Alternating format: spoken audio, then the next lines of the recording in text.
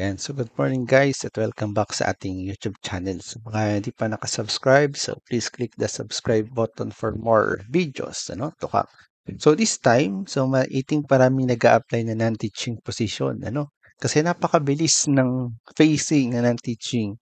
Yung iba, mag-a-apply na ng teaching, eventually lilipat sa teaching, Kaya, through the year, napakaraming vacant positions pagdating sa non-teaching position. So dito, ang pag-uusapan natin ay yung hiring guidelines or hiring process and criteria for non-teaching position.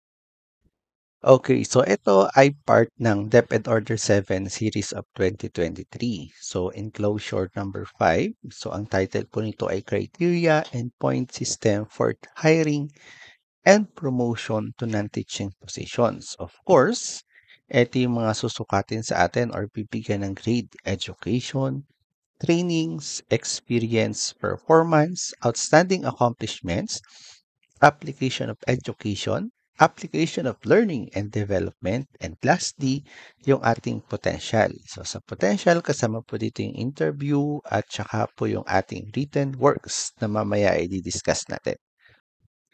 Yan. So, sa DepEd Order 3 Series of 2023, so mapapansin nyo, nasa Annex A ng DepEd Memo, yung mga list of authorized positions under non-teaching positions.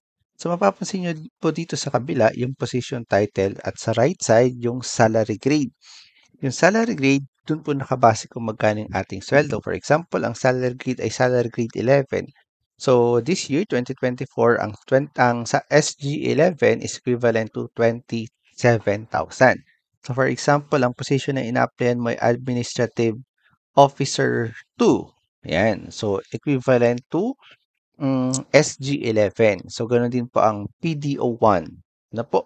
And the rest. So, napakarami po na non-teaching positions sa DepEd at ito po yung gagamitin na guidelines. Kaya kung kayo po yung nag-a-apply ng Administrative Assistant 1, 2, 3, 4, nag-a-apply kayo ng Administrative Officer 1, 2, 3, 4, 5, nag-a-apply kayo ng PDO 1, 2, 3, 4, yan. So, ito po yung guidelines na gagamitin. Okay? Ayan. So, before po kayo mag-submit ng documents, check nyo po muna yung memorandum ng division nyo. Kasi dun sa division memorandum, makikita po yung qualification standard. For example, ang ina-applyan mo ay Administrative Officer 2, SG11, equivalent to 27,000. Check nyo po muna kung qualified kayo dito. Education, bachelor's degree. So, okay. Experience, non-required. So, ibig sabihin, kahit wala kang experience, pwede ka mag-apply. Trainings, non-required din. So, ibig sabihin, kahit wala kang trainings at bagong graduate ka pa lang, so pwede ka mag-apply sa DepEd. And, of course, eligibility. So, dapat meron kang eligibility. So, kapag Administrative Officer 2, ang requirement po ay at least career service professional, Professional po yung ating civil service. Or, pwede po kung kayo po ay let passer, so pwede po kayong mag-apply ng Administrative Officer 2 kung kayo po ay engineer. Yan. Meron po kayong license kasi considered po yun as second level eligibility. Pag administrative assistant naman, yung nasa taas, so okay lang po kahit ang meron kayong eligibility ay sub-professional civil service. So those are for ADAS, administrative positions, administrative assistant positions.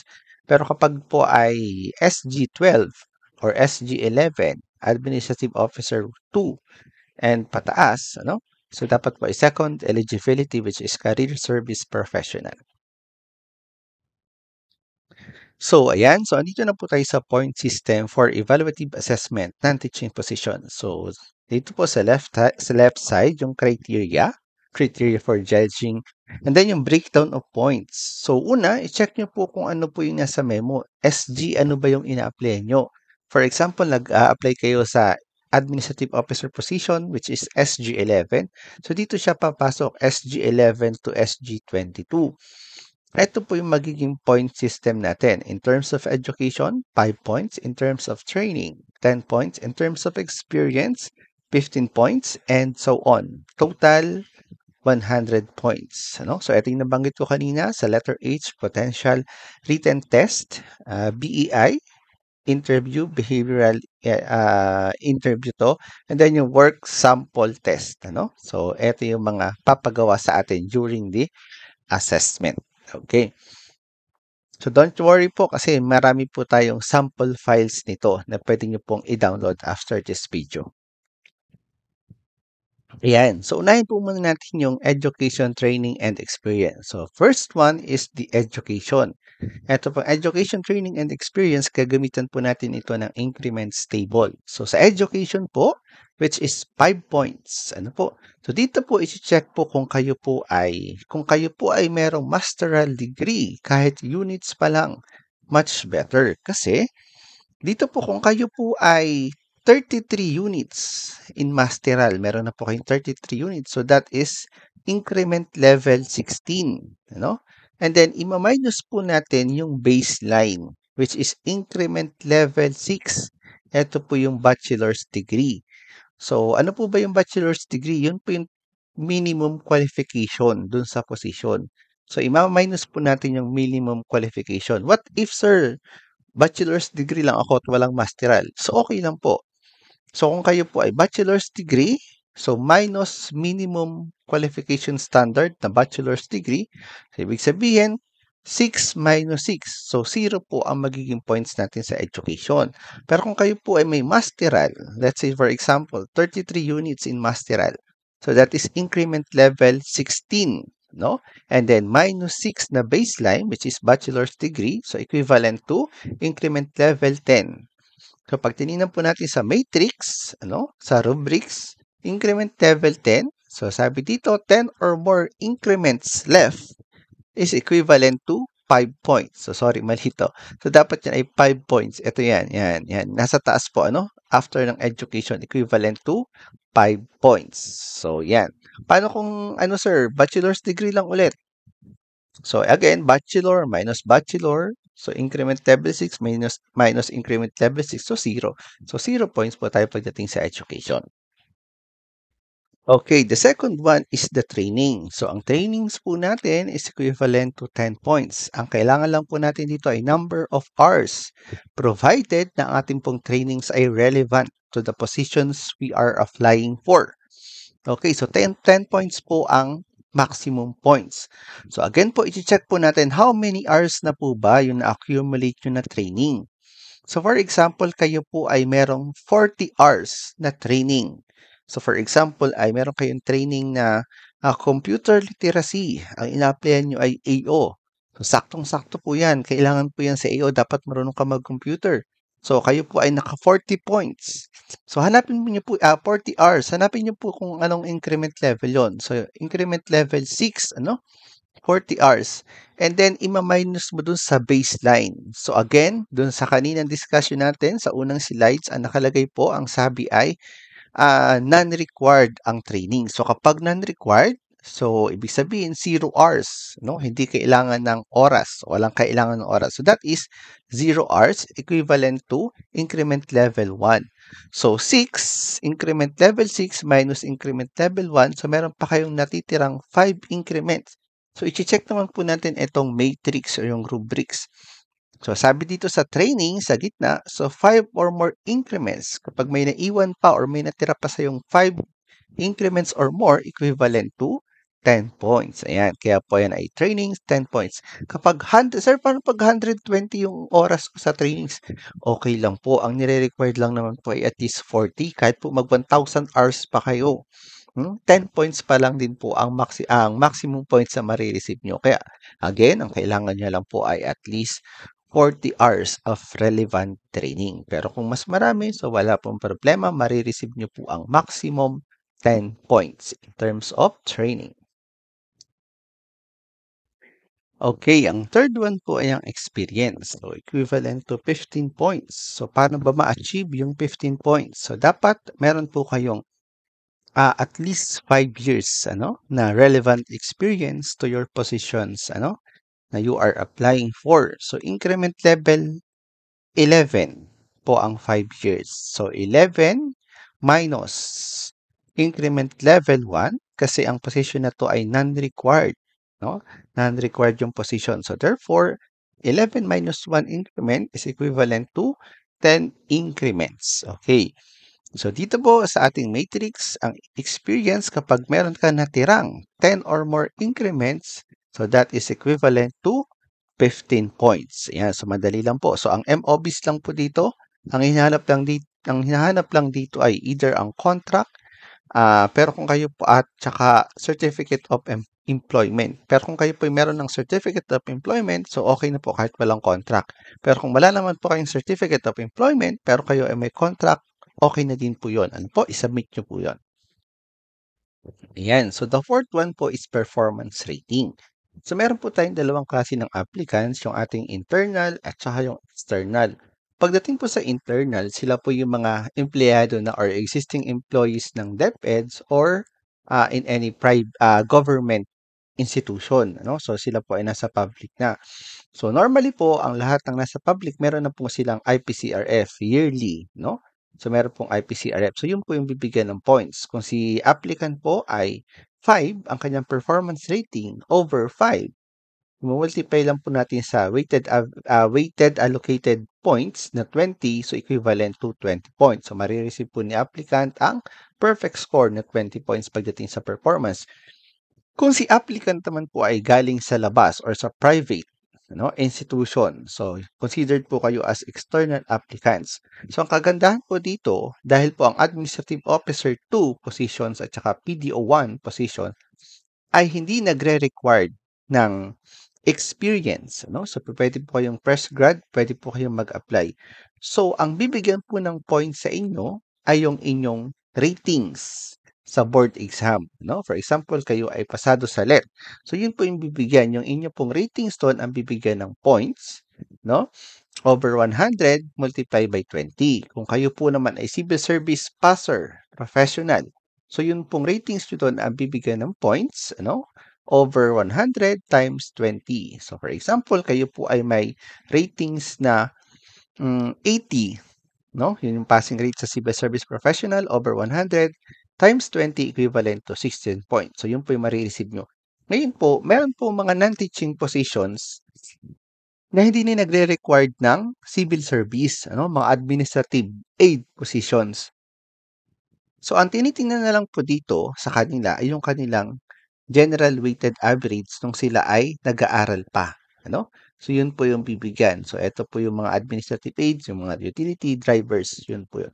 So, ang bibigyan lang po sa kanila ay yung kanilang bachelor's degree or kung ano po yung highest educational attainment po nila. So, madali lang po yun. Pero kung kayo po ay graduate at wala pang experience, again po, ang bibigyan po ng points ay yung rating. Provided po na meron kayong certificate of ratings from civil service or from PRC. So, okay po ba yun? So, let's continue. Yan. So, number 5, outstanding accomplishments or tinatawag rin nating outstanding performance sa DepEd. So, unang-una, ito po ay maximum points ay 10 points. So, ito po ay cumulative, until ma-reach nyo po yung maximum na 10 points. So, anong pagbabasihan? So, pwede po kayong magkaroon ng points pagdating sa awards and recognition. Kayo po ay nabigyan ng award provided na ang award po ay product ng isang search, merong criteria, merong system na ginamit, hindi lang basta kayo nabigyan ng award.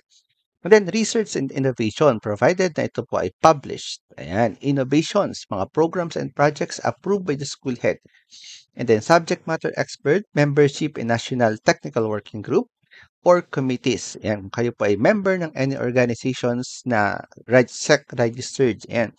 And then, resource speaker. Ayan, kung kayo po ay naging FASI or facilitators, resource speaker sa mga schools, and then kayo po ay naging part, ng NAIAP accredited learning facilitator. So, that is 2 points. So, for example, meron kayong awards, 4. So, meron na kayong 4 points. Innovation, meron po kayong 4 points. Membership, meron kayong 2 points. So, total, 10 points. So, kapag more than that, so wala na po, okay na po yun. Sagad na yung 10, maximum points. So, isa-isahin po natin ang example. Okay. So, Outstanding Employee Award, ito po yung letter A, shall apply to applicants with previous work experience or those applying to positions with experience requirement. So, unang-una, ang means of verification, ang hahanapin po ay issuance ng memorandum or any document showing the criteria for the search. For example, search for outstanding non-teaching personnel. Yan. So, meron po yung memorandum at meron po yung criteria. And then, kung kayo po ay nanalo, certificate of recognition or plaque. Ano? So, kapag kumpleto po yan, so meron po kayong mabibigay na awards. Ano? Pag kumpleto yung documents, so meron po kayong 4 points. Yan. Or depende po kung how many points ang ibibigay. Ano? Pagdating po sa research and innovation, so ito po yung hahanapin. Proposals approved by the head of office, accomplishment report verified by the head of office, certification of utilization or innovation, then certification of adoption, and yung proof of citation by research. Ayan, kung ito po ay research. Pero kung kayo po ay project proposal or innovation, so ABCD lang po is enough na. So, you will have 4 points. So, kung meron po kayong isang innovation or project proposal, so meron na po kayong maximum points na 4. So, yun lang po yung kailangan. Ano? Pagdating naman po sa membership, yan, may membership pa. Next. Yan, pagdating po sa membership or you could be subject matter expert or membership in TWGs. So, ito po ay, kayo po ay member ng isang committee. So, ang kakailanganin po natin, issuance of memorandum showing the membership in NTWG or committee, certificate of participation or attendance, and output adoption by the organization. So, dapat po yan lahat ay meron. No? Kapag meron po, so you will get the maximum points. For subject matter expert or membership na 2 points only, no? So, any of the two, subject matter or membership. And next po ay resource speaker. So, dapat kung kayo po ay naging resource speaker sa school or sa any other school, dapat meron pong means of verification. Ito po yung nagpapatunay na talaga kayo ay naging speaker. Number 1, issuance memorandum invitation training matrix. No? So, meron po kayong invitation na ini-invite as guest speaker. Meron pong memorandum. Then, pangalawa, certificate of recognition. Nakatunayan, kayo po ay naging speaker dun sa institution na yon or dun sa school na yon. Pwede pong certificate, pwede rin pong plaque, mas maganda. And then yung slide deck, ito po yung PowerPoint presentation na ginamit nyo. So ito po ipiprint din, ano? So kapag meron po kayo niyan, so you will receive the maximum points, ano? And lastly, yung NAEAP Accredited Learning Facilitator. So dapat meron kayong certificate of recognition and then yung certificate of facilitator, ano? Certificate of recognition as learning facilitator issued by NAEAP Central Office. Ayan. So, any of those outstanding performance or outstanding accomplishments will do, ano? Provided na you will, provided na you have all the MOVs or means of verification until such time na ma-reach mo yung cumulative na 10 points. Okay? So, yan yung medyo mahirap. Pero as you can see, ayan. So, dito mapapansin nyo dito yung nakalimutan ko lang, yung barcode, ano? So, all you need to do is to scan the barcode to download the files, sample files of those MOBs mentioned below, ano? Mentioned before and the following. So, lahat po ng MOBs, so meron na po tayo niyang sample only. But you can use that, ano? Of course, palitan nyo po yung logo, kung anong company nyo, baka gamitin nyo yung logo ng YouTube channel ko, so bawal po yun. So, yung content lang po ang pwede nyong i-copy and gamitin po sa school nyo.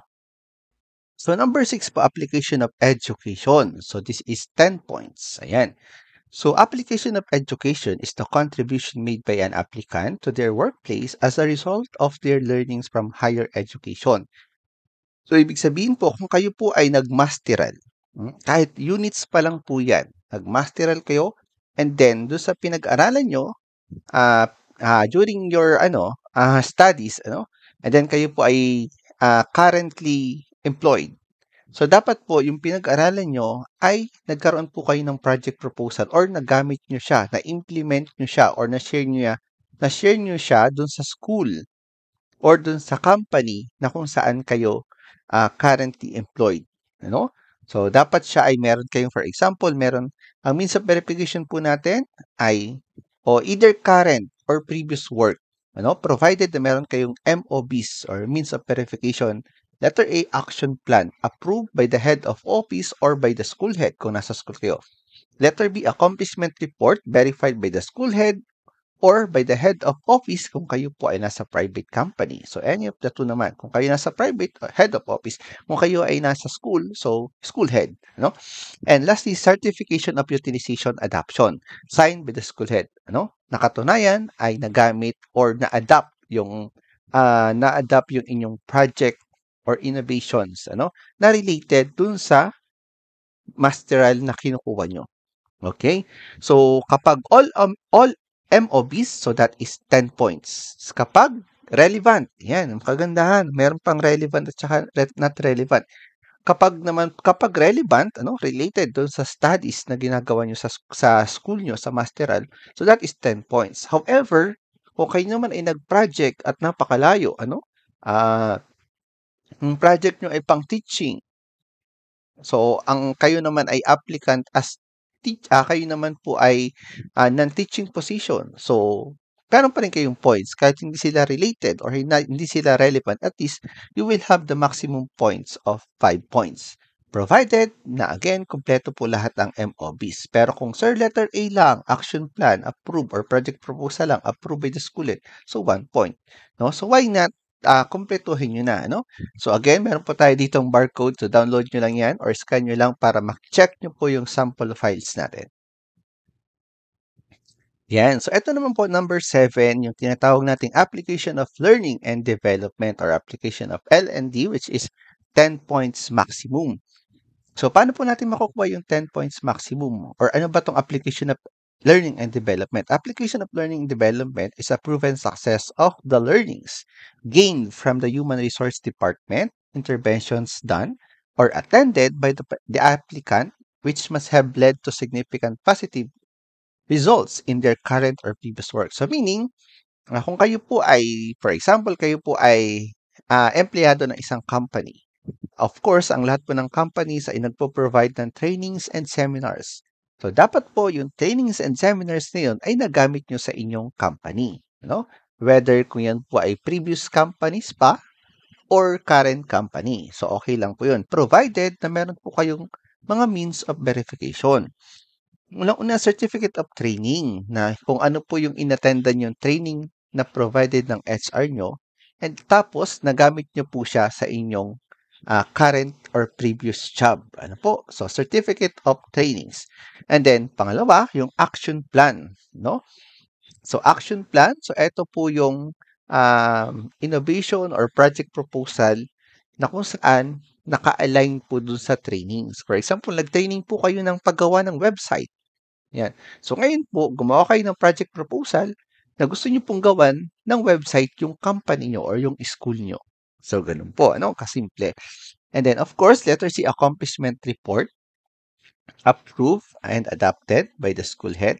And then, accomplishment report together with a general certification that the L&D intervention was used, adopted by different office, or higher. So, dapat po siya ay na-benchmark or in-adapt pa ng mas mataas. Okay.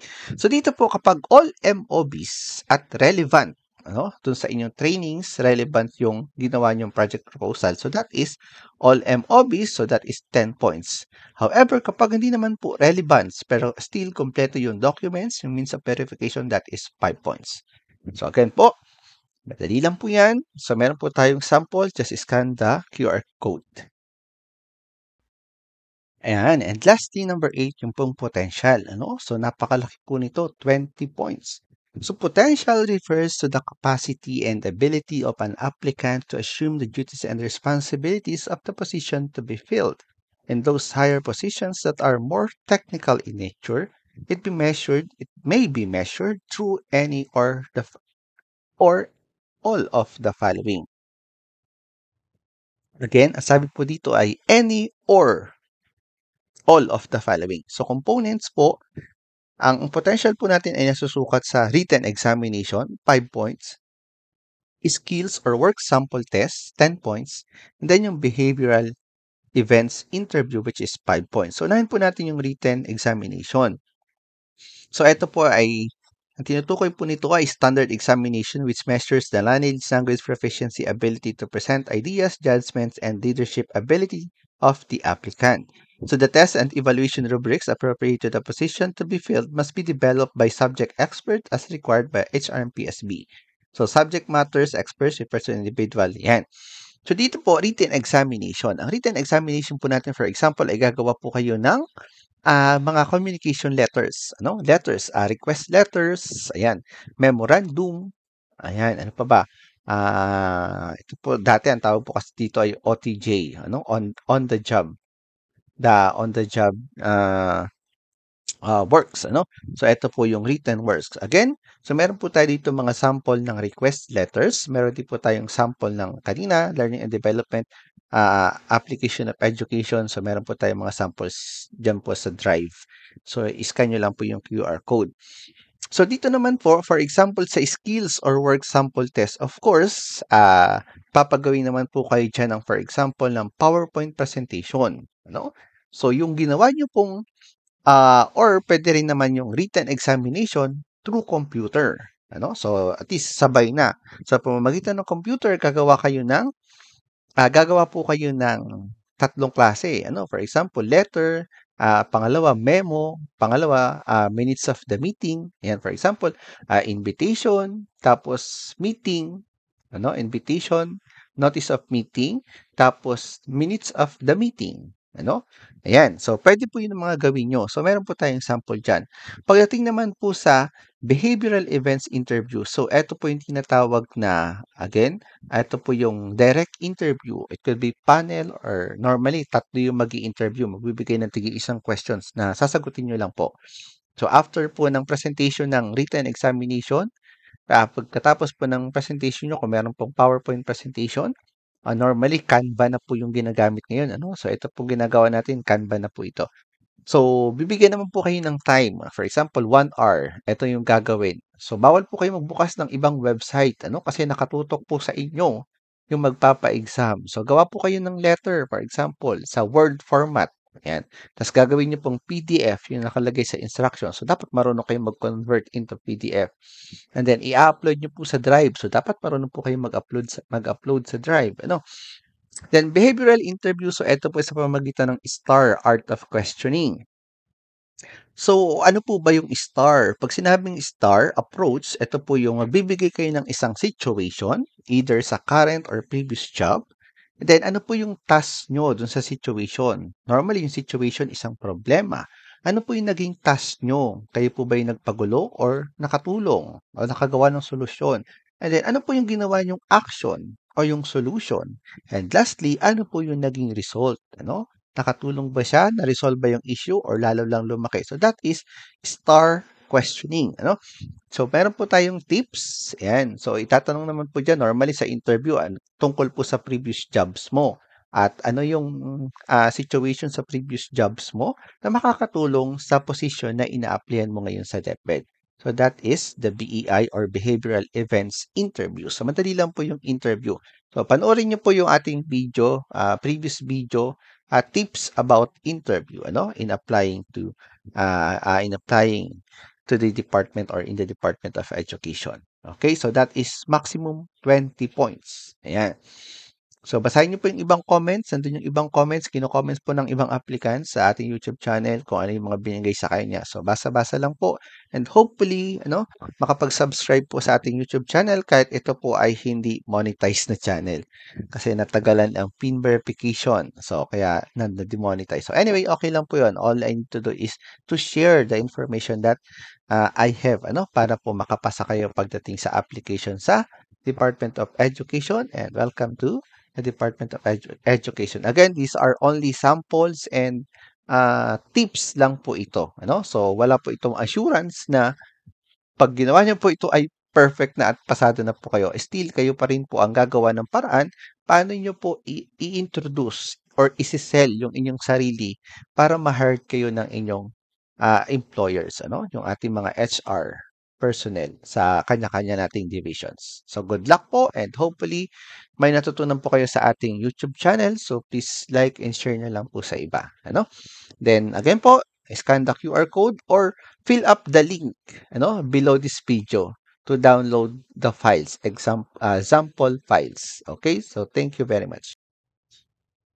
Yan. So again po, yours truly. So you can reach me by our email, so josephvalenciaofficial@gmail.com, in order to get the sample files or scan the QR code, to download the files or fill up the link below and to download the sample files only. So, wag niyo na lang pong pansinin kung sino yung mga, for example, may mapansin kayo na pangalan ay Rororoa Zoro. So, wag niyo na lang po pansinin yun kasi hindi po yun mga totoong tao, ano? So, yung format lang po yung tingnan niyo. So, again po, welcome and good luck to your application.